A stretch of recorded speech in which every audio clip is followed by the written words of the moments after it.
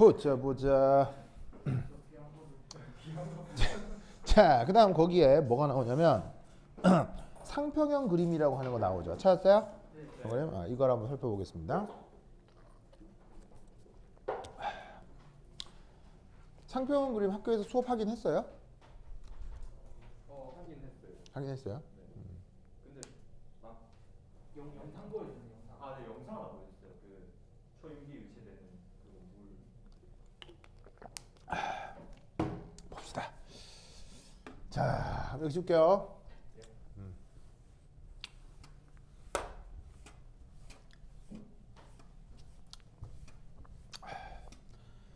자, 그럼 우선 저기서 상평형과 관련해서 우선 여러분들이 이제 뭘 하나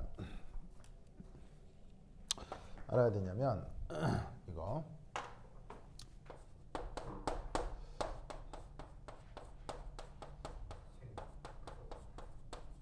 증기압이라고 하는 걸 알아야 됩니다.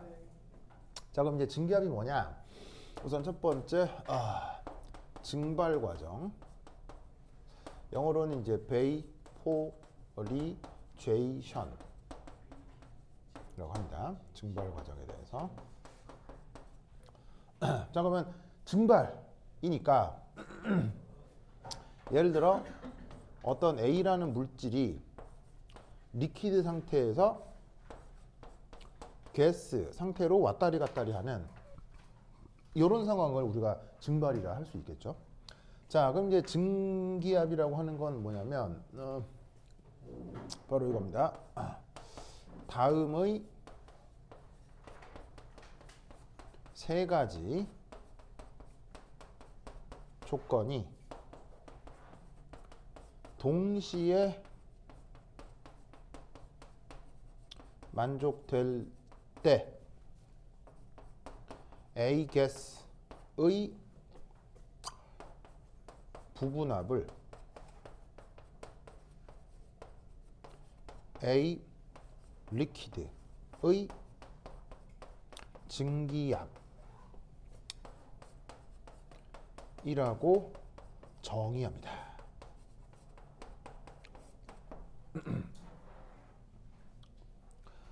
그러면 증기압을 정의하기 위해선 뭘 살펴봐야 되겠어요?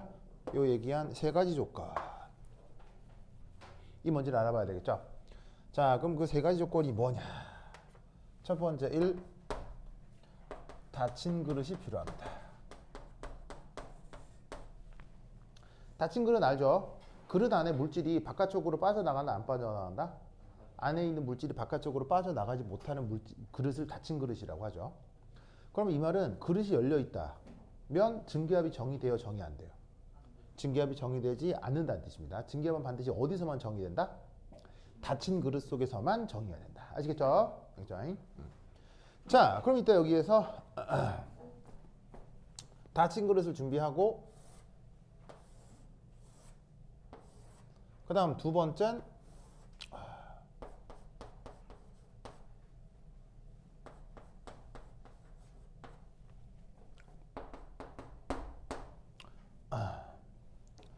두 상태가 어떻게 돼 있어야 되냐면 반드시 뭐 해야 돼? 공존해야 돼요. 공존. 두 상태의 공존. 자, 공존이 뭐야? 같이 있다 이런 얘기죠. 같이 있다. 자, 그럼 여러분 공존한다라는 사실을 우리가 배웠던 어떤 개념으로 표현하면 뭐라고 얘기를 할 수 있겠어요? 우리가 배웠던 앞에서 배웠던 것 개념으로 공존을 어떻게 표현하면 되겠어요? 섞여 있다. 우리가 앞에서 이 개념을 배웠거든요. 그 개념을 활용해서 공존을 어떻게 얘기하면 되겠어요?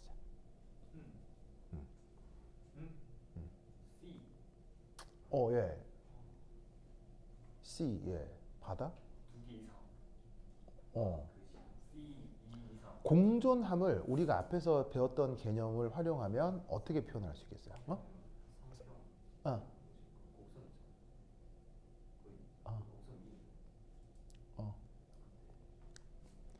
바로 공존은 이렇게 표현을 해주시면 됩니다. 바로 상경계. 나타난다라는 뜻이에요. 상경계가 있을 때 반드시 공존하게 돼 있다는 거죠. 무슨 말 알겠어요? 그러니까 그 보시다시피 상경계가 있다는 얘기는 지금 여기 상경계가 어디 있다는 얘기예요? 이게 상경계라고 하겠죠? 이게 상경계라고 하겠죠? 그러면 상경계를 중심으로 이건 액체다, 이건 기체다 명백하게 알 수가 있죠. 아시겠죠? 알겠죠? 그래서 공존을 이렇게 표현한다. 그럼 예를 들어서 만약에 내가 너무 이 안에 물을 많이 채웠어. 물이 가득 있어. 그럼 이런 경우는 증기압이 정의돼야 안 돼? 정의되지 않는다는 얘기죠. 알겠죠? 그 다음 내가 지금 여기 물을 너무 조금 넣어. 너무 조금 넣어가지고 조금 지났더니 다 증발해서 없어져 버렸어. 그럼 이때도 증기압이 정의된다 안 된다? 안 된다. 알겠죠? 증기압은 반드시 어떻게? 두 상태의 공존. 알겠죠? 공존. 그 다음 세 번째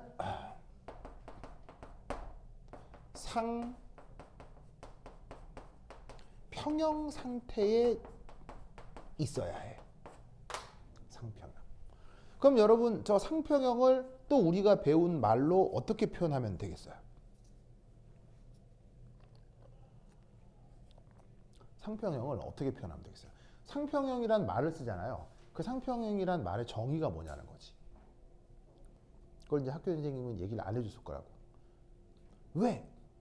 저런 표현을 모를 테니까. 모릅니다. 네. 이건 책을 아주 자세히 읽어야 나오는 거라서 화학과를 졸업해도 이런 거 물어보면 잘 모릅니다. 책을 자세히 읽으면 나와요. 상평형 상태를 어떻게 정의할까요? 상평형이란 말을 쓰잖아요, 우리가. 쓰는데 그걸 어떻게 정의하냐고요. 그걸 우리가 방금 써놓은 개념으로 표현할 수 있어요. 아유, 너무 어려워.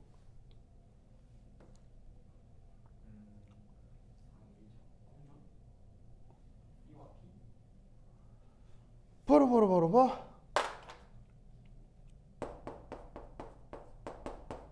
상경계가 있는 걸 넘어서 일정하게 유지되는 것을 상평형이라고 정의하는 거예요. 무슨 말 알겠어요? 자, 만약에 증발을 더 많이 해. 그러면 이 상경계가 어떻게 되겠어? 말을 쭉 움직일 거 아니야. 그것도 상평형이 아니고. 그 다음 응축을 많이 해. 수증기가 막 물로 막 변해. 그럼 이 상경계가 어떻게 되겠어? 위로 움직이겠지. 그렇게 아래로 위아래로 들락날락하는 이런 거 말고 내가 분명히 이건 상경계라고 눈으로 보이는데 이게 가만히 있어. 그걸 상평형이라고 한다고. 무슨 말인지 알겠죠? 그러면 상평형을 굉장히 명확하게 정의할 수가 있다는 얘기지. 그래서 어떻게 된다? 닫힌 그릇 속에 두 개가 공존하는데 상경계가 일정하게 유지될 때 그때 여기에 PA 이 PA가 뭐? 바로 여기에 있는 요 A의 부분합이라 이런 얘기예요. 그러니까 얘는 지금 보시다시피 요 PA는 다시 써보면 얘는 A 가스의 부분합인 거예요. 그런데 얘는 동시에 뭐이기도 하다? A 리퀴드의 뭐이기도 하다고요? 증기압이기도 한 거예요. 무슨 말씀인지 아시겠죠? 그래서 저런 상황에서 저 기체의 부분합을 저 액체의 증기압이라고 표현을 해주는 거예요. 알겠죠? 자, 빨리 써요. 빨리 쓰세요. 다 썼어요?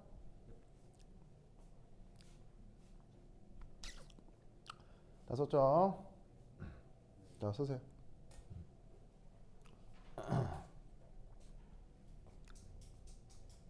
썼습니까? 자, 그 다음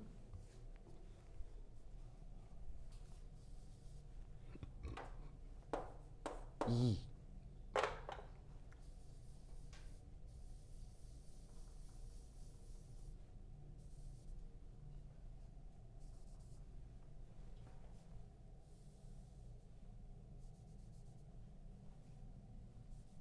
자, 이대로 우선 쓰세요. 시작. 자, 저 왁구 빨리 쓰세요. 왁구를 쓰세요. 아, 왁구도 일본 말인데 틀. 자, 저대로 빨리 쓰세요. 자, 저 틀을 빨리 쓰세요. 네. 저게 내가 쪽쪽쪽 껴 넣을 거예요. 자, 괄호 2번 하고 저 틀을 딱 빨리 쓰세요.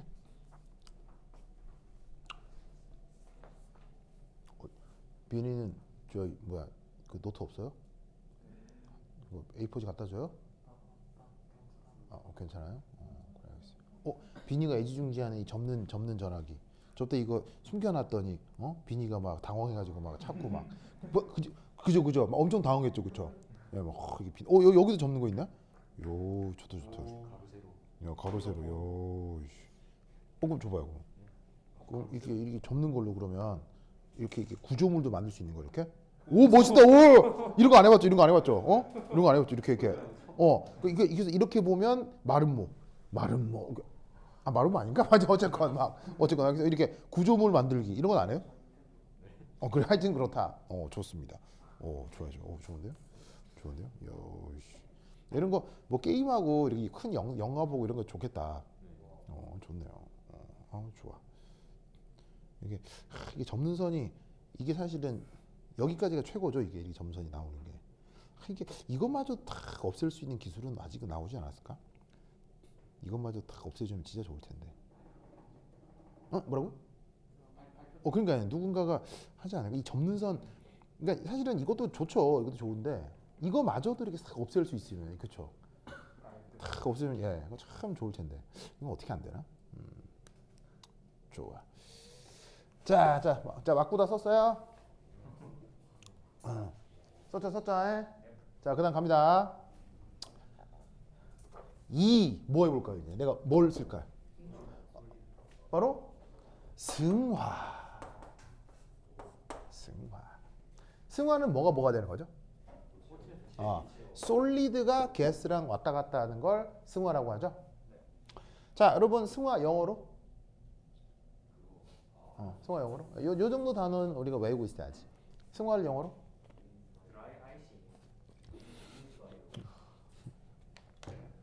승화를 영어로 뭐라고 하냐면 서블리메이션이라고 합니다. 그래서 이제 겸사겸사 외워놓으세요. 서블리메이션이라고 합니다. 자, 이때 여기에서 솔리드가 가스랑 왔다 갔다 하는 승화 과정에서도 세 조건을 동시에 만족하면 그때 기체의 부분합을 솔리드의 증기압이라고 정의합니다. 어떤 조건? 닫힌 그릇 속에 가스하고 솔리드가 공존하는데, 이게 뭘 얘기하는 거겠어요? 상경계겠죠? 고체니까 한쪽에 쌓아놓은 거야, 알겠어요? 그럼 쌓아놓고 빈 공간에 증발해서 약간 기체가 있을 수 있겠지, 알겠죠? 그러면 여기가 상경계고 그 상경계가 있다는 얘기는 고체하고 기체가 공존한다는 얘기일 거고요, 그렇죠? 그리고 이 상경계가 일정하게 유지된다는 거는 이 상태의 평형이 이루어졌다는 얘기지. 그럴 때 이 A 가스의 부분합을 A 솔리드의 증기압이라고 정의한다. 알겠죠? 그러니까 증기압은 꼭 액체에서만 정의되는 것이 아니다. 고체에서도 저 조건을 만족하면 증기압이 나타날 수 있다. 무슨 말 알겠죠? 그렇죠? 이렇게 기억을 해두시기 바랍니다. 자, 어서 훌떡훌떡 적으세요.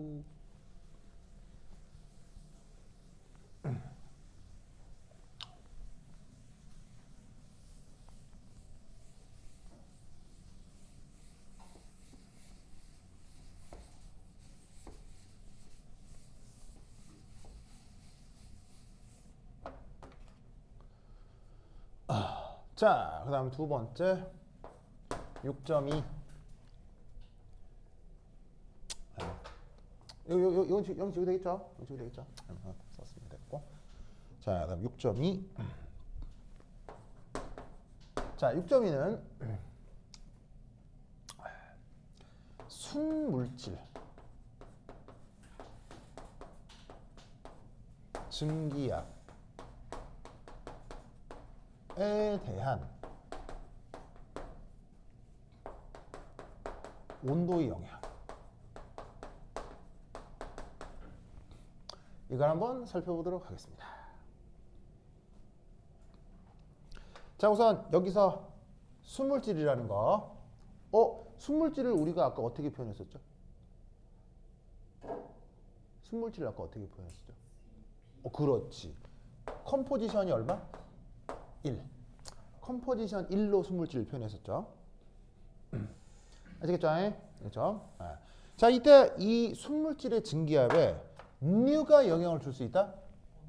연더. 자, 그럼 이제 사실은 고체도 그 증기압이 나타나긴 하지만 그래도 증발 현상은 사실 누가 더 흔한 거예요? 액체에서 흔하기 때문에 그냥 편의상 어디까지는 편의상 액체를 기준으로 얘기를 좀 해보자.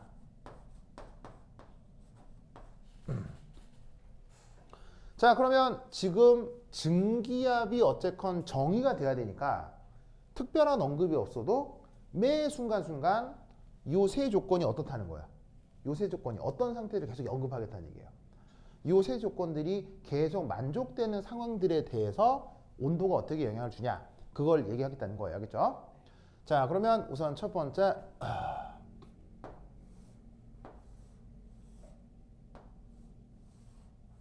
요래. 자, 이때 T1. 자, 요 T1을 요걸 현재 온도라고 가정하겠습니다. 현재 온도. 그 현재 온도 조건에서 짜잔. A 리퀴드와 A 가스가 요 세 조건을 만족하고 딱 존재합니다. 알겠죠? 그러면 이때 여기에서 P1이라고 하는 게 그 현재 뭐 증기압이다 라고 가정해보자 이런 말이에요. 그래서 세 조건을 만족하는데 지금 현재 온도가 T1일 때 그때 증기압을 P1이라 해보자 이런 얘기지. 아시겠죠? 자, 그럼 이때 여기에서 내가 만약에 짜잔 온도를 증가시켰어요. 그러면 이때 뭔 일이 벌어지느냐? 짜잔 이렇게 됨시롱 이렇게 되고 온도를 증가시켰으니 온도가 바뀌어서 그때 온도를 T2 그때 증기압을 P2로 해보자 이런 말이지.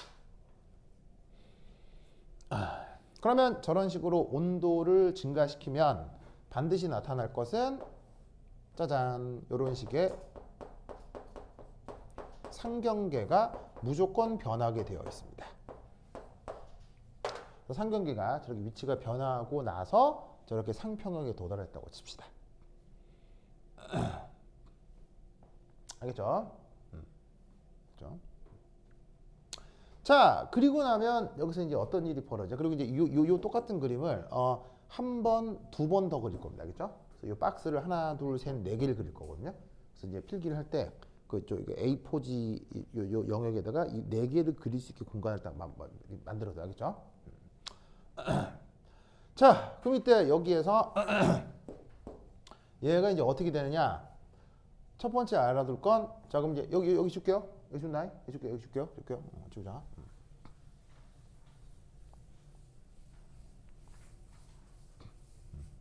자, 그럼 여기에서 6.2. 자, 6.2가 뭐냐면 순물질의 증기압에 대한 온도의 영향.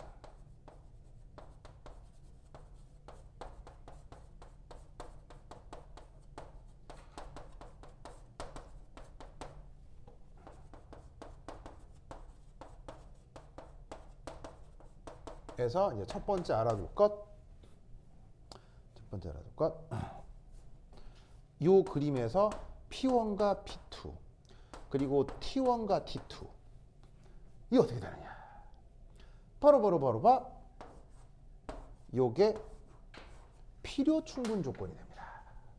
필요 충분 조건. 자, 필요 충분 조건 무슨 말인지 알겠죠? 자, 뭔 말이냐면 어쨌거나 지금 온도는 증가한 거죠. 온도가 증가한 거니까 T1보다 T2가 크겠죠. 그래서 어떻게 되냐면 온도가 T1보다 T2가 더 커. 그랬더니 증기압이 무조건 P2가 더 커. 근데 이거를 모르고 온도 측정은 안 하고 증기압 측정을 했어. 그랬더니 증기압이 증가했어? 그렇다면 그때 온도는 무조건 증가해야 돼. 무슨 뜻인지 아시겠죠? 알겠죠? 그래서 저 둘은 필요충 무조건이야. 그래서 순물질의 증기압에 대해서는 단 하나의 예외도 없이 전 우주에 존재하는 모든 물질들의 순물질에 대해서 저런 관계가 나타나. 알겠죠? 그렇죠? 자, 그 다음 여기서 이제 온도를 조금 더 증가시켜 보자. 그럼 이제 어떤 일이 벌어질 거냐? 짜잔 하면서 상경기가 또 약간 변했겠지? 알겠죠? 그러면서 여기가 A gas,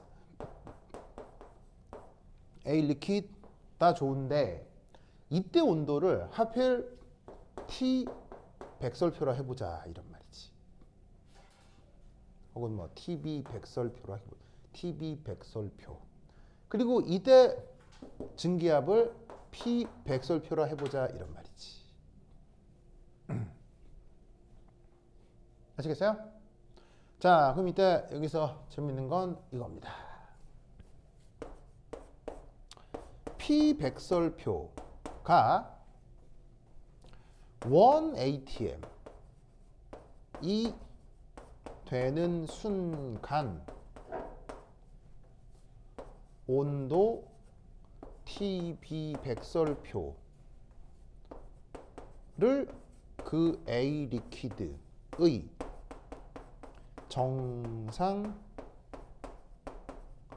끓는 점이라고 합니다.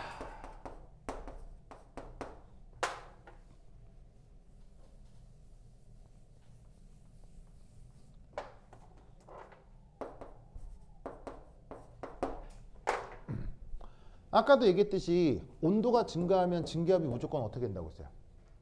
온도가 증가하면 증기압이 계속 증가한다고 했죠. 그래서 뭐 0.1기압, 0.2기압으로 계속 증가를 하다가 0.1, 0.2 하다가 계속 증가해서 1기압이 될 수도 있잖아요. 그렇죠? 그러면 그때 온도가 있겠지? 그걸 이 해당 액체에 뭐라고 정의한다고요? 정상 끓는 점이라고 정의하는 거예요. 그럼 이 말이 무슨 말이냐면 만약 여기가 물과 수증기다. 물과 수증기, 온리 수증기, 온리 물, 온리 수증기인데 이때 이 내부 증기압이 1기압이 됐다. 그럼 이게 물이고 수증기면 온도가 몇 도라는 얘기인 거예요? 몇 도라는 얘기인 거예요? 100도. 아니 물에 끓는 점 몇 도라고 해요? 100도라고 하잖아요. 그게 이렇게 정의가 된 거라 이런 말이에요. 무슨 뜻인지 아시겠죠? 알겠어요? 알겠죠? 그런데 놀랍게도 뭐하게도? 놀랍게도 이 순간 상식적인 보일링은 일어나지 않습니다.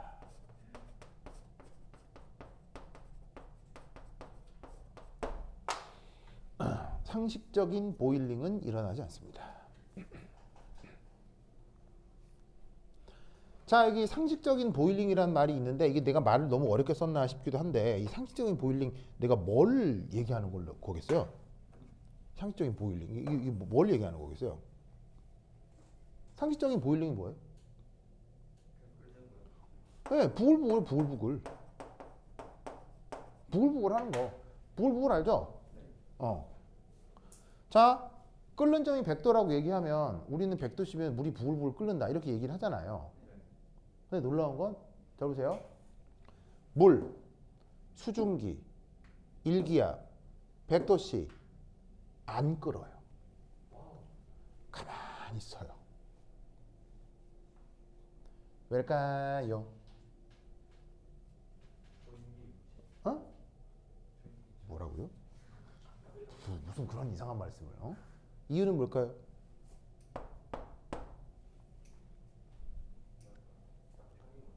뭐라고? 크게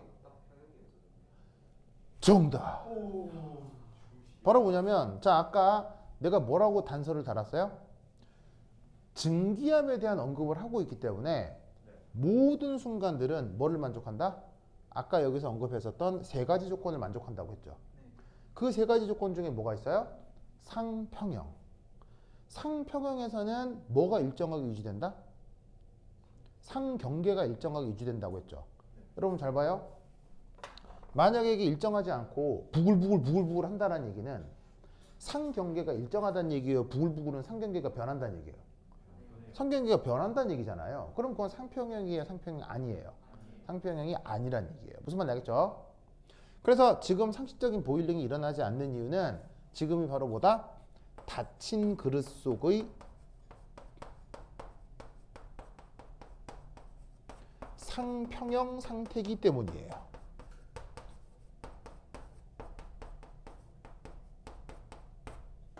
무슨 말인지 알겠죠?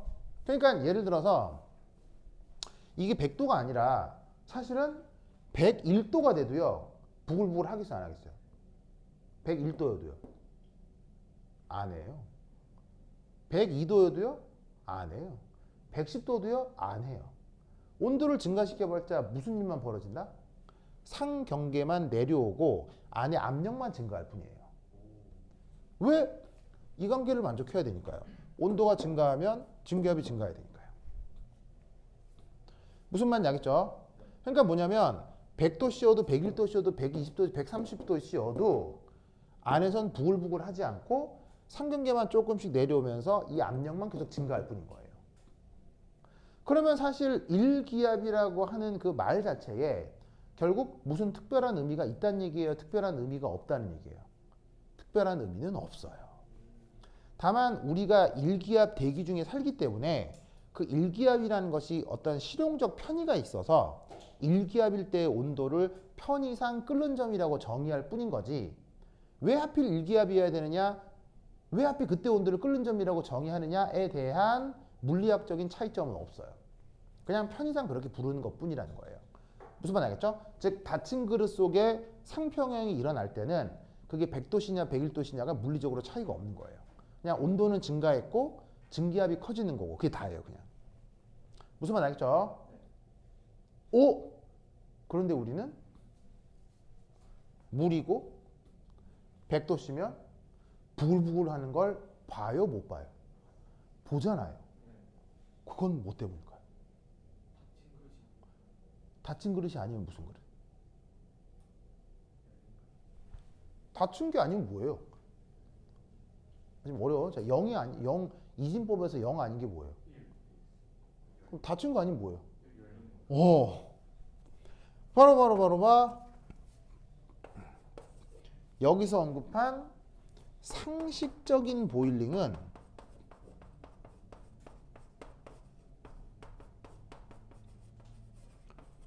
어디서 일어난다? 열린 그릇에서 일어나는 거예요.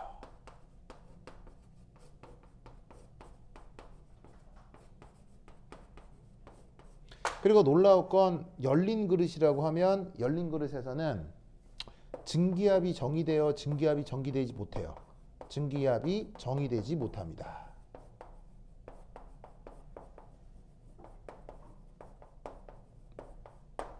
그럼 여러분 우리가 일상적으로 사용하는 라면 끓여 먹으려고 사용하는 그 그릇은 무조건 닫힌 그릇이에요? 무조건 열린 그릇이에요? 우리 일상생활의 모든 그릇은 열린 그릇이죠. 일상생활에 닫힌 그릇은 그 뭐냐면 닫힌 그릇은 실용성이 있어 없어요? 없지. 닫혀 있으면 뭘 넣을 수가 없잖아. 그러니까 우리 일상생활에서 만나는 모든 그릇은 열린 그릇이기 때문에 우린 항상 뭘 관찰하게 된다? 저런 식으로 부글부글하는 것을 관찰하게 되는 거지. 닫힌 그릇 속에서 이 실험을 하게 되면 어떻게 돼요? 어떻게 돼? 바로 무조건 보시다시피 무조건 온도가 저런 식으로 무조건 저렇게 끓는 점에 도달해도 부글부글하는 것을 관찰하지 않게 된다는 얘기예요. 어디에서? 닫힌 그릇에서는. 무슨 뜻인지 알겠죠? 그렇죠? 이 생각을 그거 기억해 두시기 바랍니다. 오케이, 됐다. 자, 그다음. 자, 그다음 뭐 해볼 거냐? 1, 2 됐고. 자, 이제 이 상태에서 또 온도를 증가시키자.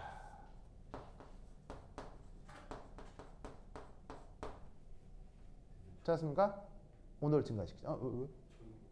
증가시키자. 그럼 어떤 일이 벌어지냐면요. 어떻게 벌어지냐면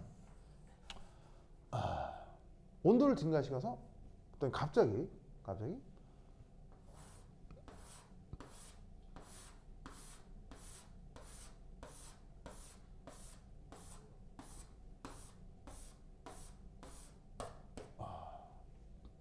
온도를 증가시켰더니 갑자기 뿌해집니다.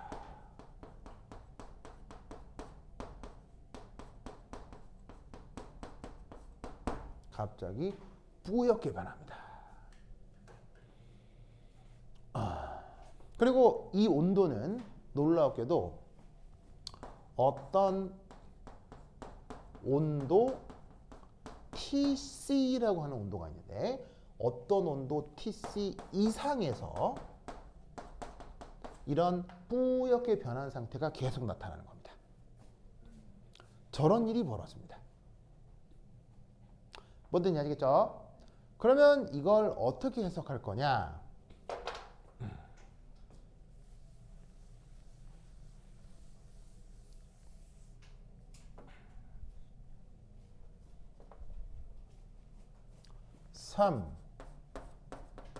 온도 TC 이상에서 뿌옇게 변한 상태가 나타납니다.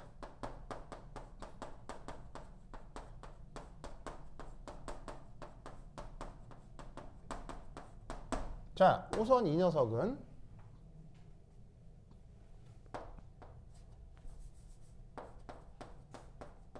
looks like 안개, 구름. 그야말로 우리 평소에 안개 알죠? 안개. 구름도 알죠? 구름. 정말 그렇게 보입니다. looks like. 알겠어요? 무슨 말인지 알겠죠? 육안으로 딱 보면 안개, 구름하고 구분이 안 됩니다. 이거 안개야? 구름이야? 똑같이 생겼습니다. 안개 알죠? 안개. 하지만 쟤는 안개입니까? 절대 안개일 수는 없습니까? 자, 안개처럼 보이는 건 맞거든요. 안개처럼 보이는 건 맞는데 그렇다고 쟤는 안개입니까? 안개 아닙니까? 절대로 안개가 아닙니다. 왜죠? 뭐라고요? 거인이라고요? 자, 쟤는 그리고 구름이 됐건 안개가 됐건 다 조성은 뭡니까? 구름이 됐건 안개가 됐건 다 뭐가 H2O죠. 그리고 여기에 물을 넣어도 이렇게 뿌옇게 변한다는 얘기입니다. 그러면 물을 넣어 뿌옇게 변한 건데도 물로 만들어진 안개하고 구름하고는 완전 다른 거라는 얘기입니다. 왜일까요?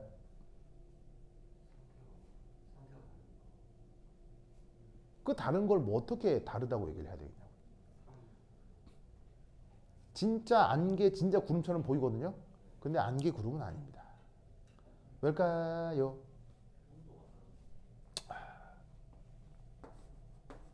그렇다고 안개, 구름은 아닙니다. 왜냐? 안개와 구름은 어디서 만들어지는 거죠? 열린 그릇에서 만들어지는 거죠? 맞아요? 안개 어디서 만들어져요? 뭐 이런 데서. 구름 어디서 만들어져요? 이런 데서 만들어지잖아요. 이런 데가 여기 뭐 다쳤어요? 당연히 닫힌 그릇일 수가 없잖아요. 무슨 말 알겠습니까? 즉 우리가 관찰하는 그 안개하고 구름은 열린 그릇에서 만들어지는 거예요. 근데 지금 이거 무슨 그릇이에요? 철저하게 닫힌 그릇이죠.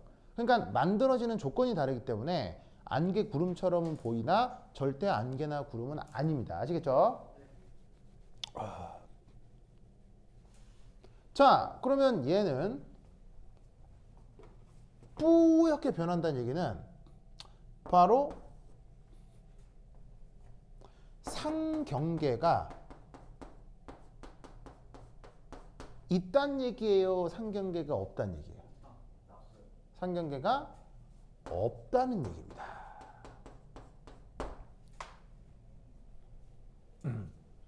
이게 그 안개도 아니고 구름도 아니지만 진짜로 생긴 게 안개처럼 생겼기 때문에 안개에 대한 얘기를 잠깐 하면 혹시 여러분 가족끼리 차 타고 운전해서 가다가 뭐 엄마랑 아빠가 운전하고 가시다가 갑자기 길가에서 안개에 껴본 적 있어요?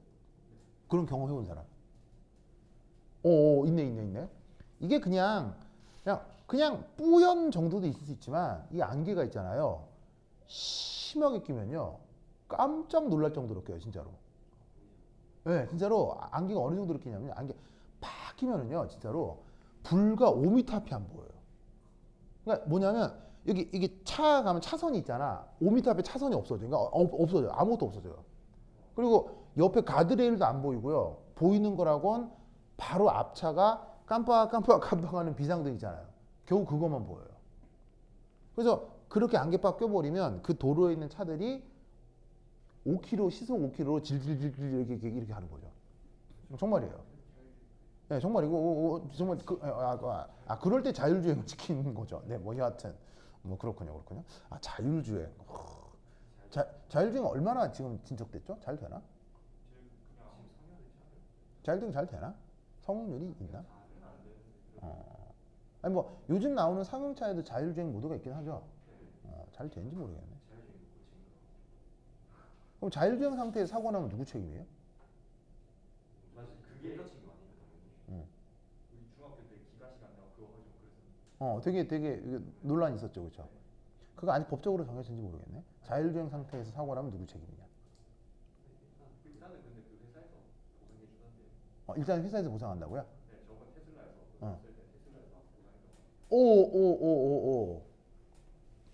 왜 테슬라에서 보상할까요? 아직 완벽하게 그게 네. 만들어지지 않아가지고.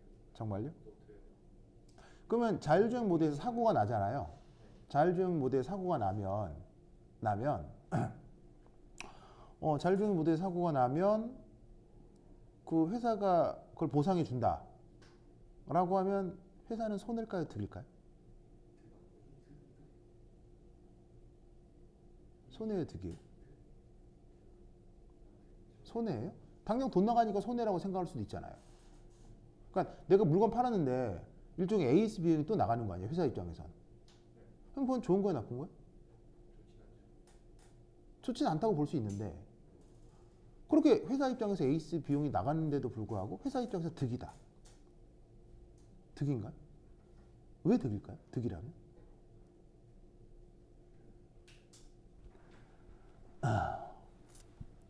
이런 거 생각 안 해봤죠? 이미지요? 순수하시네. 돈 가진 사람들은요, 여러분, 일론 머스크 같이 돈 가진 사람들은 악마라고 생각해야 돼요. 돈 가진 사람들은 우리 보통 사람들의 생각을 초월해요. 어떻게 저런 생각을 다 하지? 정말 충격적인 생각을 해요, 진짜로. 잘 봐요, 그러면 자율주행 모드를 선보였는데 차 사고가 났어요. 그럼 그 차 사고가 자꾸 여기저기서 나타나겠죠. 뭐 기술이라는 건 그 시대에서 딱 정해지는 거니까. 그럼 회사 입장에서는 정부가 환경 문제 때문에 전기차를 만들어서 팔라고 해서 우린 팔았을 뿐이다. 자꾸 사고가 나서 자꾸 이게 수리비가 회사에서 나간다. 이대로는 회사 운영이 힘들다. 그러면 그 회사가 특히나 그런 대기업이 국가에 뭘 요구할 수 있겠어요? 보상? 재정 지원? 바로 이 사고가 났을 때 지출 비용이 크기 때문에 보험사를 설립하게 해주라 라고 하는 거예요.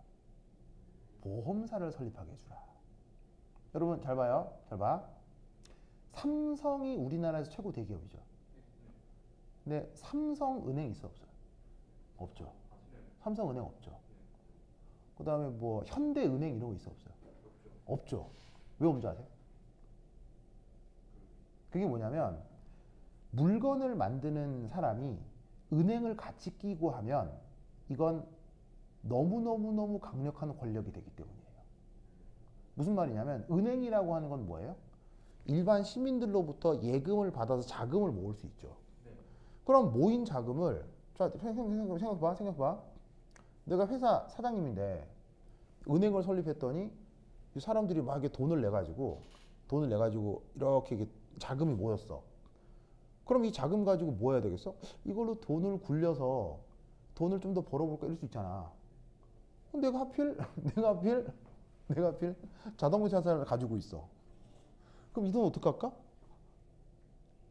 내 회사에 기술 개발하는 거야. 그럼 내 차의 자동차 더 좋아지겠지. 그럼 더 잘 팔리겠네? 그럼 그 사람한테 유리해 안 유리해? 억수로 유리하는 거지. 그러면 생각해봐. 다른 사람들이 성공할 수 있는 확률보다 이렇게 은행하고 제조업을 동시에 갖고 있으면 성공할 확률이 더 높아지겠어, 떨어지겠어? 무지막지하게 올라가겠지.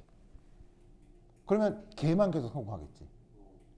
그래서 이 사업에서는 금융사와 제조업을 동시에 소유할 수가 없어요. 법적으로요. 그래서 이런 걸 왜냐면 이건 불공정 게임이 되기 때문이에요. 그래서 이런 걸 뭐라고 부르냐면 바로 금산분리 원칙이라고 해요. 금산분리 원칙. 이게 뭐냐면 금이 금융업, 산이 산업. 그래서 금산분리 원칙이라고 얘기하는 거예요. 그러면 이 말은 삼성이나 현대 같은 이런 대기업은 정말로 은행을 갖고 싶겠죠. 갖고 싶겠죠. 이거 개꿀 빠는 거 아니에요. 그래서 은행을 못 갖기 때문에 편법적으로 갖는 금융기관이 뭐예요? 그게 보험사예요. 그래서 삼성에는 삼성생명이 있고 현대에는 현대생명이 있는 거예요. 삼성해상에 현대해상이 있는 거예요. 무슨 말인지 알겠어요? 무슨 말인지 알겠어요? 그러면 자율주행 모드라고 하는 건 지금까지 없던 새로운 기술이죠. 그러면 이 새로운 기술이 만들어질 때는 뭔가 기술의 확립과 뭐 정치적인 법적인 근거가 약간 미비하게 돌아갈 수 있죠. 이때를 틈타 그런 제조업 회사가 뭐를 소유할 수 있게 된다? 금융사를 소유할 수 있게 되는 거예요. 그러면 테슬라가 뭘 소유할 수 있게 되는 근거가 된다? 보험사. 조금 더 나가서 테슬라 뱅크까지 만들어질 가능성이 있다는 얘기예요. 무슨 말인지 알겠어요? 무슨 말인지 알겠어요? 그래서 그럼 잘 봐. 이 자율주행 모드를 사실 정말 개발하고 싶어 하는 업체가 어딜까? 그렇다면 테슬라일까? 구글인 거야. 왜냐하면 구글은 잘 생각해봐요. 형체가 있는 회사예요, 형체는 없는 회사예요. 형체가 없죠. 물리적 형태가 없죠. 왜냐하면 플랫폼 기업이니까요. 근데 플랫폼 기업은 형체가 없잖아요. 형체가 없는데 자율주행이라고 하는 건 AI 기반이잖아요. 그럼 그런 플랫폼은 AI를 개발하기 좋아요, 나빠요? 굉장히 좋죠. 그럼 AI를 개발했어요? 그럼 이걸 자율주행이라는 명목으로 자동차를 만들기 시작하면 구글 입장에서는 뭐가 나타나게 되는 거예요. 구글 모터스라고 하는 제조업을 장악할 수 있게 되는 거죠. 그러면 구글 모터스라는 제조업과 이미 플랫폼이라고 하는 기업이 가지고 있는 AI와 플랫폼을 기반으로 뭐를 만들 수 있어요? 금융업을 할 수가 있어요. 그게 우리나라에서 나와 있는 게 뭐예요?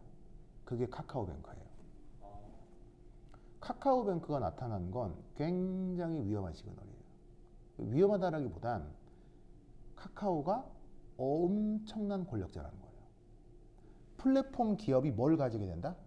플랫폼 기업이 금융업을 갖게 됐다는 게 카카오뱅크의 원리예요. 그럼 이제 여러분 생각해봐요.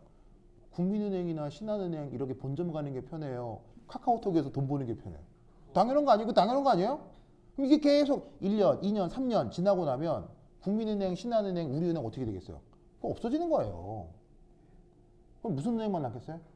카카오뱅크만 남는 거예요. 즉 대한민국의 모든 금융을 누가 독점한다? 카카오가 독점하는 거예요. 무슨 말인지 알겠어요? 그러니까 사실 자율주행 모드 하나를 통해서 이런 문제들이 딸려오는 거예요. 그러니까 어찌 보면 테슬라 같은 회사에서 자율주행 모드를 개발해 놓은 것보다 조금 좋지 않은 걸 차에 장착해 놨을 가능성이 더 크다고요.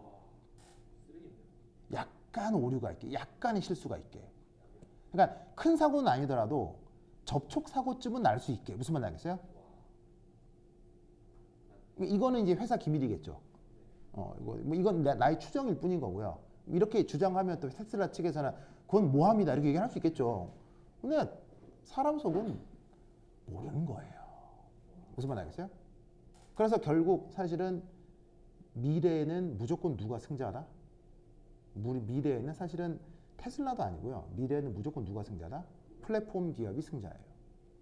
그래서 미래에는 구글이 세계 최고의 권력 기관이 될 거예요.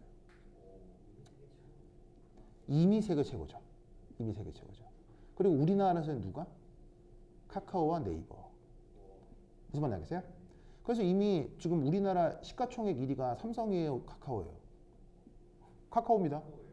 삼성보다 카카오가 주가가 더 좋아요. 주가가 더 높아요. 뭐 그렇긴 이번에 불나서 뭐 그렇긴 한데 무슨 말인지 알겠죠? 그러니까 이게 점점 더 진행하면 대한민국의 최고 권력은 어디로? 네이버나 카카오 쪽으로 간다는 얘기예요. 뭐 하여튼 뭐 알겠죠? 알겠죠? 알겠죠? 하여튼 그렇다. 그리고 여러분 게임도 있잖아요. 게임의 미래가 어떻게 되는 줄 아세요? 게임의 미래가 이렇게 될 거예요. 게임 안에서 아이템 살 수 있죠. 근데 현금이 왔다 갔다 하죠. 게임 머니로 바꿔서. 그런데 이거 어때요? 이거 어때요? 게임 안에 현대자동차 부스가 있어요. 이거 어떻게 생각해요? 그럼 그 현대자동차 부스에서 현대가 디자인한 아이템 자동차를 구입하고 그걸로 게임을 할 수도 있지만 현대가 디자인한 그 아이템이 실제 물건으로도 나와 있다고 쳐봐요. 그리고 게임에서 내가 샀거나 획득한 게임 머니로 실물건 현대자동차를 구입할 수 있다고 생각해봐요. 이게 가능할까요? 불가능할까요? 그럼 생각해봐요. 많은 사람들은 이제 뉴스나 신문을 더 자주 봐요? 게임에 더 자주 접속해요? 게임에 더 자주 접속하죠. 그러면 현대자동차나 삼성전자 같은 경우 광고를 신문이나 TV에 광고를 하는 게 좋겠어요? 아니면 게임 속에 이런 부스를 만드는 게 광고 효과가 더 좋겠어요? 무슨 말인지 알겠죠? 무슨 말인지 알겠어요? 그러니까 앞으로는 카트로이드 안에 BMW, 아우디, 벤츠 부스가 생길 거라고요. 와, 꽤 생겼을 거예요. 예? 이미 생겼을 거예요. 예, 어딘가 찾으면 있을 거예요. 네. 진짜 있어? 진짜로 했어? 무슨 말인지 알겠습니까? 그러니까 우리가 지금 알고 있는 실물 경제 세상하고 이런 식의 가상이라고 하는 실물 어떤 세상이 완전 융합되어 있는 세상이 온다고요. 거기서 무조건 승자는 누구겠어요? 무조건 승자는 제조업 회사겠어요? 플랫폼이겠어요? 플랫폼이죠. 그래서 플랫폼 회사는 진짜 무서운 회사들이 될 거예요. 알겠죠? 이런 생각 해본 적 없죠? 이런 생각 해본 적 없죠? 그러면 여러분 생각해 보세요. 이런 나같이 평범한 학원 강사가 할 수 있는 생각을 당연히 정치 지도자도 하고 있어야 되겠어요? 안 해야 되겠어요? 무슨 말인지 알겠어요? 그러니까 정치 지도자는 공부를 안 해야 되겠어요? 공부를 어마어마하게 해야 되겠어요? 어마어마하게 해야 돼요. 아니 뭐 더 얘기는 안 할게요. 알겠죠? 더 얘기는 안 할게요. 무슨 말인지 알겠어요? 그러니까 우리가 선거를 하기 전에 뭘 유심히 봐야 돼요? 토론하는 걸 유심히 봐야 돼요. 무슨 말인지 알겠어요? 그러니까 그걸 안 보고 선택을 했을 경우 굉장히 큰 난리가 벌어질 수도 있다는 얘기인 거예요. 무슨 말씀인지 아시겠습니까? 알겠습니까? 네. 여러분 그 조선의 르네상스가 언제였어요? 조선의 르네상스가 언제였어요? 바로 정조대왕 때입니다. 정조대왕 때 조선이 엄청나게 문화적으로 꼽히거든요. 문화뿐 아니라 경제적으로. 그래서 조선의 상공업, 공업이 언제 가장 활발히 꼽힙니까? 그게 바로 정조 때입니다. 그래서 그 정조 때 만들어진 문화상품이 뭐예요? 정조 때 만들어진 문화상품. 네. 바로 판소리입니다. 판소리가 정조 때 만들어지는 겁니다. 왜냐하면 정조 때 상공업이 발전하면서 드디어 조선시대에 뭐가 등장하기 시작한다? 재벌이라는 개념이 조선시대 때 처음 등장합니다. 그래서 조선시대 때 처음으로 재벌이라는 사람이 나타나게 되거든요. 그럼 돈 많으면 뭐 하고 싶겠어요? 놀아야죠. 그렇죠. 놀아야죠. 그때 돈 많은 사람들이 뭘 한다? 스폰을 하는 거예요. 누구한테? 연예인들한테. 그러면서 만들어진 문화 상품이 그게 바로 판소리입니다. 무슨 말인지 알겠어요? 그 정도로 꼽히던 그 정조시대 때 정조실록을 보면 어떤 에피소드가 있냐면 사형에 관련된 그 문건이 올라와서 사형. 어떤 지방 누구의 살인 사건이 일어나서 판결로 사형을 하라는 이 문서가 올라온 적이 있어요. 그러면 여러분 사형이라고 하는 건 최고 결정권자가 누구예요? 무조건 대통령입니다. 알겠어요? 왜냐하면 사형이라고 하는 건 아무것도 아닌 행위예요. 엄청나게 중요한 행위예요. 엄청나게 중요한 결정이거든요. 왜냐하면 아무리 극악무도한 사람이라 하더라도 그 사람의 목숨을 빼앗는 거잖아요. 그럼 이건 공식적으로 그 책임을 누구한테 둬야 된다? 최고 권력자한테 둬야 되기 때문에 사형의 최고 승인자는 항상 최고 권력자가 돼야 돼요. 그러니까 지금도 사형 어떻게 경찰이나 검찰에서 수사해서 그게 결재 라인으로 법무부 장관을 통해 대통령까지 가는 거예요. 대통령이 승인하는 순간 사형이 집행이 되는 거예요. 그럼 조선시대 때도 당연히 어디까지 올라왔겠어요? 왕까지 올라왔겠죠. 이때 왕 입장에서는 이 사형을 당할 이 사람 얼굴이라도 한번 본 적 있겠어요? 없겠어요? 없겠죠. 이 정조대왕이 이걸 딱 보고 나쁜 일을 이게 문서상으로 나쁜 일을 저질렀구나. 하지만 수사가 잘못된 것은 아닐까? 아니면은 누명을 쓴 것은 아닐까? 만약에 그렇다고 했을 때 사형을 집행해 버리면 나는 우리 백성의 무고한 목숨을 또 하나 내가 빼앗는 결정을 하게 된 거다. 그게 나는 너무 걱정이 돼서 잠을 이룰 수가 없다. 라고 하면서 이 서류를 똑같은 케이스를 8번을 반려시킨 케이스가 있어요. 무슨 말이냐면 재조사해라. 무슨 말인지 알겠어요? 보고 재조사해라. 8번을 반려시켰어요. 무슨 말인지 알겠어요? 당연히 이 사형당할 사람하고 정조대왕은 일면식이 있겠어요? 없겠어요? 없다니까요. 그럼 여러분 왕은 잠잘 시간 있겠어요? 없겠어요? 못 자요. 대통령은 잠잘 시간 있겠어요? 없겠어요? 못 자요. 대통령은 자면 안 돼요. 무슨 말 알겠어요? 무슨 말 알겠어요? 왜냐하면 사건 사고는 낮에만 일어나요? 밤에도 일어날 수 있어요. 밤에 일어날 수 있죠. 그리고 사건 사고는 느긋하게 처리해야 돼요? 급박하게 처리할 때도 있어야 되겠어요. 근데 그 사건 사고가 언제 일어날지 알 수 있어요? 못 일어나요? 몰라요. 모르니까 최고 권력자는 어떻게 해야 돼요? 잠자면 안 돼요. 알겠어요? 그리고 당연히 최고 권력자는 술 처먹으면 돼요? 안 돼요? 안 돼요. 왜? 술 처먹으면 어떻게 돼요? 판단할 수 있어요? 안 돼요? 안 돼요. 무슨 말 알겠어요? 그러니까 최고 권력자는 개기름이 잘잘 건강 상태가 잘잘 흘러야 돼요. 최고 권력자는 항상 초췌해야 돼요. 초췌해야 됩니다. 최고 권력자는 딱 봤을 때 사람이 기름기가 쪽 빠져가지고 아이고 잠도 못 잤나 이런 얼굴 표정해야 돼요. 알겠어요? 무슨 말 알겠어요? 개기름이 잘잘 흐르고 건강한 상태로 아이고 반갑습니다. 이거는 최고 권력자의 자세가 아니에요. 무슨 말 알겠어요? 정조대왕은 죽을 그날까지 평생을 불면증에 시달렸어요. 잠이 안 와. 이게 자도 잠이 안 와요. 여러 가지 이유가 있는데 왜냐하면 정조는 또 암살 위험에 시달렸기 때문에 또 내가 누가 또 나 죽이러 오나 뭐 이런 것 때문에 잠 못 자긴 했지만 처리할 일이 너무 많아서 잠을 못 잔 거예요. 무슨 뜻인지 아시겠어요? 그래서 최고 권력자는 뭐 처먹으면 안 돼? 술 처먹으면 안 돼요. 알겠어요? 술을 아무리 술 처먹으면 안 돼요. 최고 권력자는 뭐 자면 안 돼? 잠자면 안 돼요. 그냥 최고 권력자가 그 시간에 자고 있었습니다. 이거 변명돼야 안 돼? 안 돼요. 알겠어요?